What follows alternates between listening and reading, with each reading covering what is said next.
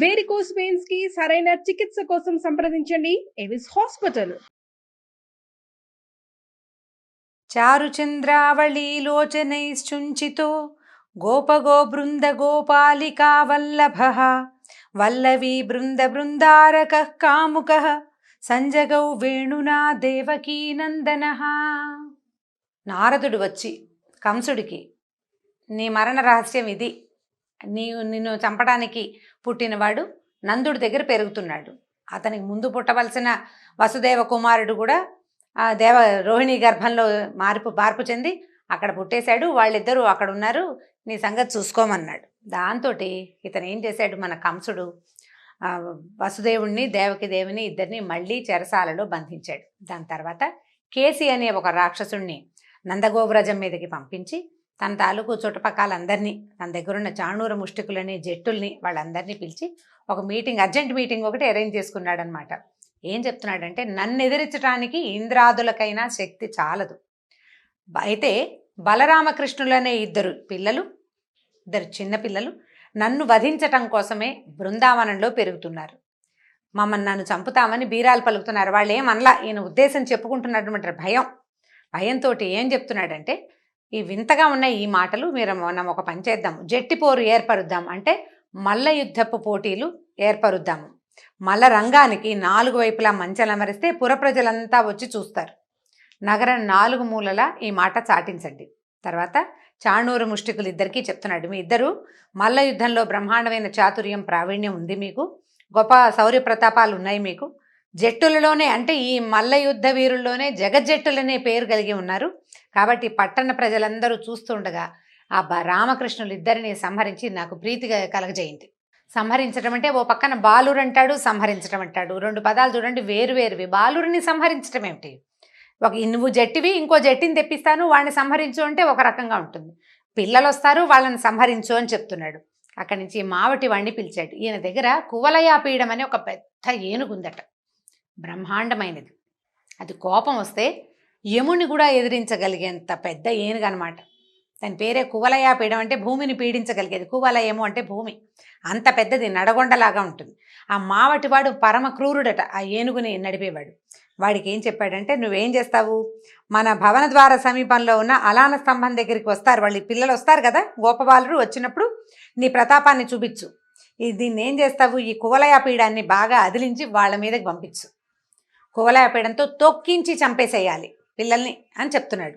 అక్కడి నుంచి ఏం చేశాడు, చతుర్దశి నాడు విజయం కోసం వైభవోపేతంగా ధనుర్యాగం చేద్దాము, రుద్రుడికి ప్రీతిగా జంతు బలులు చేయండి అని రకరకాల పనులు. ఒక్కొక్కళ్ళకి చానూరు ముష్టికులకేమో పిల్లలు వస్తారు, వాళ్ళతోటి యుద్ధం చేసి వాళ్ళని చంపేయమన్నాడు.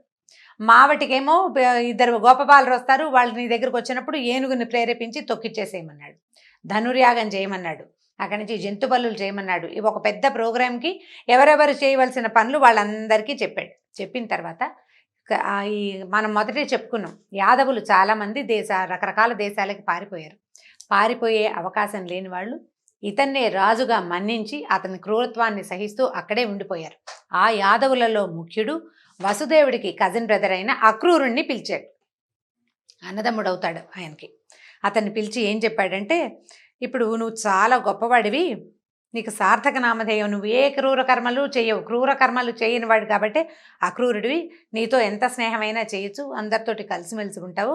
నందవ్రజంలో 2 బాలురు ఉన్నారు, బలరామకృష్ణులని, వాళ్ళని ఉపాయంతో తెచ్చి నాకు అప్పచెప్పు, వాళ్ళని తీసుకురమ్మన్నాడు. ఏంటంటే దేవతలు నాకు భయపడి వేడుకుంటే విష్ణువు ఈ వసుదేవుడికి కృష్ణుడుగా జన్మించాడని నేను ఒక ప్రథ విన్నాను, చాలామంది చెప్పుకుంటున్నారు అట్లా. కాబట్టి నువ్వేం చేస్తావంటే ఈ గోకులానికి వెళ్ళి ధనుర్యాగం చూడడం కోసం రమ్మని వాళ్ళని పిలుచుకురా, నందాదులైన గొల్లపద్దలకు చెప్పు. వాళ్ళందరూ ఏం చేస్తారు, ఏటా 6 నెలలకు ఒకసారి అట్లా కప్పం కట్టడానికి వస్తారు కదా, కప్పం కట్టవలసిన సొమ్మును చెత్తపుచ్చుకుని ధనుర్యాగం కూడా చూద్దురు కానీ రండి అని పిలువు వాళ్ళని అని చెప్పాడు. ఇంకా ఏం చెప్తున్నాడు, ఇప్పుడు నేనేం చేయదలుచుకున్నానంటే వాళ్ళిద్దరూ నన్ను చంపడానికి ఉద్యుక్తులుగా ఉన్నారు, వాళ్ళల్లో కృష్ణుడు నన్ను చంపేందుకే విష్ణువు కృష్ణుడుగా పుట్టాడన్నమాట నాకు తెలిసింది, కాబట్టి నా దగ్గర కువలయాపీడం అనే ఏనుగుంది, అది పెద్దది, చాలా పెద్దది, చీల్చి చెండాడుతుంది వాళ్ళిద్దరిని. ఒకవేళ చేయలేకపోయిందనుకో, వాళ్ళిద్దరిని ఏం చేయలేకపోయిందనుకో, చాణూరుడు ముష్టికుడు 2 ఉన్నారు, మంచి మల్లయుద్ధ విశారదులు వాళ్ళు. బల సంపదలో వాళ్ళు ప్రభంజనుడు కూడా వాళ్ళంటే గాలి కూడా వాళ్ళ పక్కన తీసుకట్టే. గాలికి కూడా అంత బలం లేదు, వీళ్ళకి అంత బలం ఉంది. బాహాబాహి బాగా అంటే జబ్బ యుద్ధంలో బ్రహ్మాండంగా ప్రతిభ కలిగిన వాళ్ళు ఎంత బలం ఉన్నా వీళ్ళది ముందు ఆగలేరు. చిన్నపిల్లలు పెద్దపిల్లల్లోని కాదు, బలశాలైనా వీడి ముందు ఆగలేరు. ఎట్లాగైనా పోరాటంలో కువలయాపీడని చంపలేకపోతే జాణూరు ముష్టికులు చంపుతారు. కాబట్టి ఈ బలరామకృష్ణులు ఇద్దరు నేలకూలంగానే వసుదేవుడు మొదలైనటువంటి ప్రముఖుల్ని హతమారుస్తాను. తర్వాత వృష్ణి భోజ దశార్హ వంశజులైన వీరులందరినీ చంపేస్తాను. వాళ్ళందరినీ అంటే తనకి శత్రుశేషం లేకుండా చేసుకుంటానని చెప్తున్నాడు. రాజ్యాభిలాష కలిగిన వాడు, ముసలివాడు, దుర్మార్గుడు అయినటువంటి మా నాన్నను కూడా చంపేస్తాను. మా పినతండ్రి అయిన దేవకుడిని కూడా తీసేస్తాను. అంటే దేవకిదేవి తండ్రి అనమాట. ఇంకా మిగిలిన శత్రువులందరినీ సంహరిస్తాను. జరాసంధుడు, నరకుడు, బాణుడు, శంబరుడు మొదలైన నా చెలికాళ్లతో, నా స్నేహితులతో కలిసి ఈ ధరావెల వలయాన్ని, భూప్రపంచాన్ని, భూమిని పరిపాలిస్తాను. నేను ధనుర్యాగం అనే మిష పెట్టుకుని నువ్వు తొందరగా వెళ్ళి వసుదేవుని కుమారులని తీసుకురా అని చెప్పారు. పగవారి గుట్టు భేదించాలి, విరోధుల్ని వృద్ధి కానివ్వకూడదు. రాజ లక్షణం అన్నమాట. పగవాళ్ల గుట్టు ఏమిటి, వాళ్ళ బలం ఏమిటి, ఏ రహస్యాన్ని వాళ్ళు దాచిపెడుతున్నారు, వాళ్ళు దేన్ని దాస్తున్నారో తెలుసుకోవాలి. తర్వాత వాళ్ళని పెరగనివ్వకూడదు. వీలైతే సామధాన భేద దండోపాయాలతోటి వాళ్ళని తెగటార్చాలి, వాళ్ళని ఉండనివ్వకూడదని చెప్పాడు. చెప్పేసరికల్లా అక్రూరుడు శాంతంగా ఇలాంటి మాటలు వింటే నేను చంపేస్తాను, పిల్లల్ని తీసుకురా, వాళ్ళని చంపేస్తా, వీళ్ళని చంపేస్తా, అదేదో చేస్తా, నేను ఇంకేదో చేస్తానంటే అవతల ఉన్నవాడికి కూడా ఉద్రేకము, ఉద్వేగము, నానా రకాల భావాలు వస్తాయి. అవతలవాడు కూడా దానికి లొంగిపోతాడు. ఒకవేళ వాడికి కూడా పగవాళ్ళని పెంచకూడదనే ఉద్దేశం ఉందనుకోండి, వాడు ఇంతకంటే ఉత్తేజితంగా మాట్లాడతాడు. భయస్థుడు అనుకోండి, వణికిపోతూ ఉండాలి. రెండు భావాలు చూపించిన ఇతనితో ప్రమాదమే. వీడు ఉద్వేగభరితుడై ఇతను కూడా ఇంకా జయ జయ అన్నాడా, వీడికి రెచ్చిపోతాడు కంసుడు. అలా కాకుండా బెదిరాడా, ఇతను వసుదేవుడు పక్షం వహిస్తున్నాడని ముందే కత్తి దూస్తాడు. వాడితో చాలా ప్రమాదం. అయితే అక్రూరుడు చాలా స్థిమితంగా చెప్పాడట, రాజా నువ్వు ఆజ్ఞాపిస్తే వెళ్ళకుండా ఉంటానా? నువ్వు రాజువి, నువ్వేం చెప్పినా నేను చెయ్యాలి, సేవకుణ్ణి కదా నేను. యథార్థం ఆలోచిస్తే నిజం చెప్పాలంటే నరులు తమ శక్తి ఎట్టిదో దైవశక్తి ఎలాంటిదో గ్రహించలేకపోతారు. నేను అన్నీ చేసేస్తాను అనుకుంటా. దైవం ప్రతికూలిస్తే ఏం జరుగుతుంది అనేది మానవులకి ఊహకు కూడా అందదు, మనకు తెలీదు. నేను కొండ పిండి చేస్తానంటే ఆ పిండి చేయటానికి భగవంతుడు ఒప్పుకోవద్దు. ఆ క్షణాన ఆయన ఆ బలం నీకు ఇవ్వదలుచుకుంటే ఇస్తాడు, ఇవ్వదలుచుకోకపోతే మానేస్తాడు. మనం చెప్పలేకపోతాం. తమ బుద్ధికి తోచిన విధంగా పట్టుదలతోటి ప్రవర్తిస్తారు. కాదనేందుకు వీలే లేదు. విధి నిర్ణయం తప్పించడానికి ఎవ్వరి తరమూ కాదు. ఎందుకంటే నీ చావు తథ్యం అని చెప్తున్నాడండి. ఇందులో నిబిడీకృతమైనది ఏంటంటే నువ్వే స్వయంగా అక్కడెక్కడో పల్లెలో హాయిగా ఆడుకుంటూ కులాసాగా ఉన్న మహాపన్నగాన్ని రా రా అని పిలుస్తున్నావు నువ్వు. నీ వాక్యాలకు అర్థం అదే. నా శక్తి ఏమిటి, భగవంతుడి శక్తి ఏమిటో నీకు తెలియదు. పనిమాల దాని దారిని అది పోయే మహాపన్నగాన్ని పిలిస్తే ఏమవుతుంది, కాటేసిపోతుంది, ఇంక ఊరుకుంటుందా? కాబట్టి నేను వెళ్ళి నీ విరోధి పుత్రుల్ని తప్పకుండా తీసుకొస్తానని చెప్పేశాడు. సరే, అక్కడి నుంచి ఏమైంది ఇది చూడండి. ఇక్కడికి వెళ్దాం మళ్ళీ. ఈ విధంగా అక్రూరుడు రథం ఎక్కి రేపల్లెకి బయలుదేరాడు. ఈ కంసుడు మిగిలిన వాళ్ళందరికీ సెలవిచ్చి అంతఃపురంలోకి వచ్చాడంటే స్థిమితంగా ఉందన్నమాట. ఎవరికి చెప్పాల్సిన మాటలు వాళ్ళకి చెప్పేశాడు. పిల్లలు వస్తారు, వాళ్ళని చంపేయమని మొదటి వాడికి చెప్పాడు, వాళ్ళని ఇంకేదో చేయమని మిగిలిన వాళ్ళకి చెప్పాడు. ఈ వార్తలు, ఇలాంటి ఆజ్ఞలు ఇద్దరు ముగ్గురుతోటే ఆగవు చూడండి. ఇప్పుడు మావటివాడికి చెప్పారు. ఆ మావటివాడు ఇంటికి వెళ్ళే దారిలో ఎంతమంది సైనికులు స్నేహితులు ఉంటారో, ఎన్ని జాతుల వాళ్ళు ఉంటారో వాళ్ళందరికీ వసుదేవుడి కుమారులు అక్కడెక్కడో పెరుగుతున్నారట, వాళ్ళిద్దరూ వస్తారట, వాళ్ళని ఏనుగుతో తొక్కించమన్నాడు అనగానే కంసుడి పక్షం వహించేవాళ్ళు, తమ రాజు గెలవాలని కోరుకునేవాళ్ళు తాము కూడా ఈ సంహారకాండలోకి పాలు పంచుకోవాలని ఉత్సాహపడతారు కదా. ఒకటి. అక్కడి నుంచి దైవాన్ని నమ్మేవాళ్ళు. కొన్నేళ్ల క్రితం కంసుడి మరణం తథ్యం, నువ్వు మరణిస్తావు అని ఆకాశవాణి చెప్పింది. తర్వాత కొంతకాలానికి చిన్నపిల్లని చంపబోతే అది పైకి ఎగిరి పైన 18 చేతులతోటి ప్రత్యక్షమయ్యి నాతోటే ఇంకొకడు పెరుగుతున్నాడని చెప్పింది. కాబట్టి వీడు చావు వచ్చేస్తోందనమాట అని ఉత్సాహపడి ఆ రాబోయే మృత్యుదేవత ఎంత సౌందర్యవంతంగా ఉందో చూడడం కోసం ఇంకొంతమంది సిద్ధంగా ఉంటారు. ఇట్లా ప్రచారం జరిగిపోతుంది. షాణూరు ముష్టికులకు చెప్తే వాళ్ళు ఎందుకు ఊరుకుంటారు? వాళ్ళ చుట్టుపక్కల ఉన్న వాళ్ళందరికీ వాళ్ళు చెప్తారు. ఈ మధురా నగరం అంతా అట్టుడికిపోయినట్టు అయిపోయింది. అందరికీ తెలుసు ఏదో జరగబోతోంది. ఆ రాబోయేవాడెవడు, బాలకుడు కంసుణ్ణి ఎట్లా వధిస్తాడో చూడాలనుకుంటున్నారు కొంతమంది. కంసుడు మా సామాన్యుడు కాదు, ఎంతమందో రాక్షసులతోటి ఉన్నాడు, కాలయవనుడి అంశ వీడు, కాబట్టి వీడే ఆ పిల్లాన్ని ఏదైనా చేస్తాడేమో, తర్వాత కంసుడే జయించాలి అని కోరుకునే శాతం కూడా ఉంది కొంత. వీళ్ళందరూ మంచి రెడీగా సన్నద్ధంగా ఉంటున్నారనమాట. అక్కడి నుంచి చూడండి, ఈ విధంగా చెప్పి ఈ విధంగా మాట్లాడిన తర్వాత అక్రూరుడు రేపల్లెకి బయలుదేరాడు. ఈయన వెళ్ళి అంతఃపురంలో రెస్ట్ తీసుకుంటున్నాడు. ఇంద్రుణ్ణి వరుణుణ్ణి మించినవాడు, శౌర్యానికి సముద్రం లాంటివాడు అయినటువంటి కేసి అనే రాక్షసుడు ఏం చేశాడట, ఒక పెద్ద గుర్రంలాగా రూపం దాల్చి ఆ నందుని మందలోకి ప్రవేశించి సంకటం కలిగించాడు. ఆవుల మందలో సడన్గా గుర్రం ప్రత్యక్షమైతే అలాగే ఉంటుంది, మిగిలిన కంగారు పడతాయి, ఏం జరుగుతుందో తెలియదు. దాని సకిలింతలు, వాడి గిట్టలు నేల మీద తగులుతుంటే భూవలయం ఆదిశేషుడి పడగలకి బరువైపోయిందట. అంత బరువైన పదఘట్టనాలన్నమాట. దాని కాళ్ళు కిందకి పడుతూ ఉండేసరికల్లా భూమి అదిరిపోతోందట. అతని భీతి గొలిపించేటువంటి సకిలింతలు, గుర్రం సకిలిచ్చేసరికల్లా బెదిరిపోతున్నాయట గొడ్లన్నీ పాపం.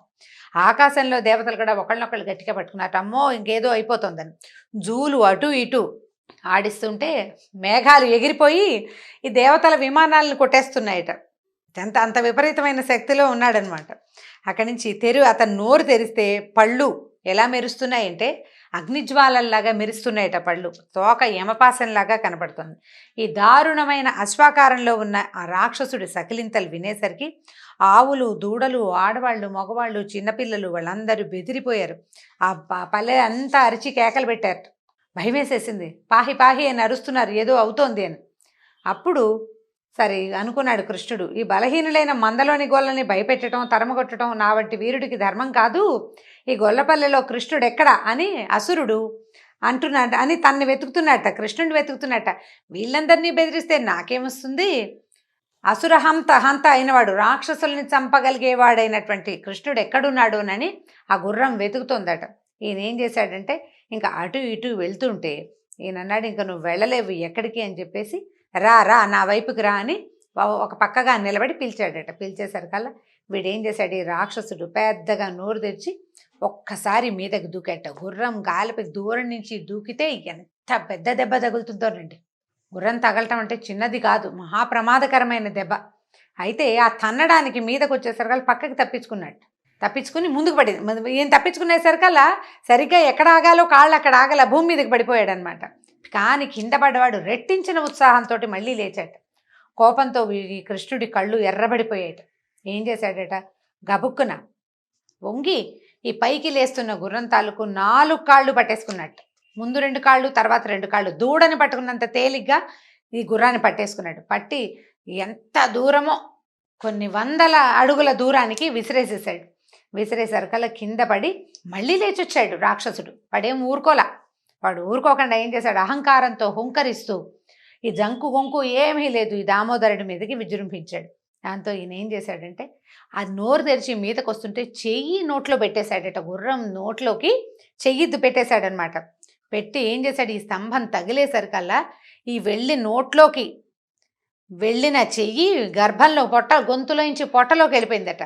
ఈ పొట్టలోకి వెళ్ళిన చెయ్యి పెద్దదైపోవటం మొదలుపెట్టేసరికల్లా గాలి బయటికి అటు ఇటు కదలలేదు. ఇంకా నోరు నుంచి పొట్టలో దాకా వెళ్ళిపోయిన చెయ్యి విపరీతంగా పెద్దదైపోయేసరికల్లా దాన్ని తట్టుకోలేక విలవిలా తన్నుకుంటూ గాలి ఆడక ఆ గుర్రం కింద పడి మరణించింది. ఈ మరణించంగానే ఇక వాడి ప్లేస్లో, అంటే వాడి పొట్టలో ఇక ప్లేస్ లేదనమాట, చెయ్యే పెద్దదైపోయింది. అది ఎలా అయిందంటే దోసపండు పగిలినట్టు పగిలిపోయిందనమాట.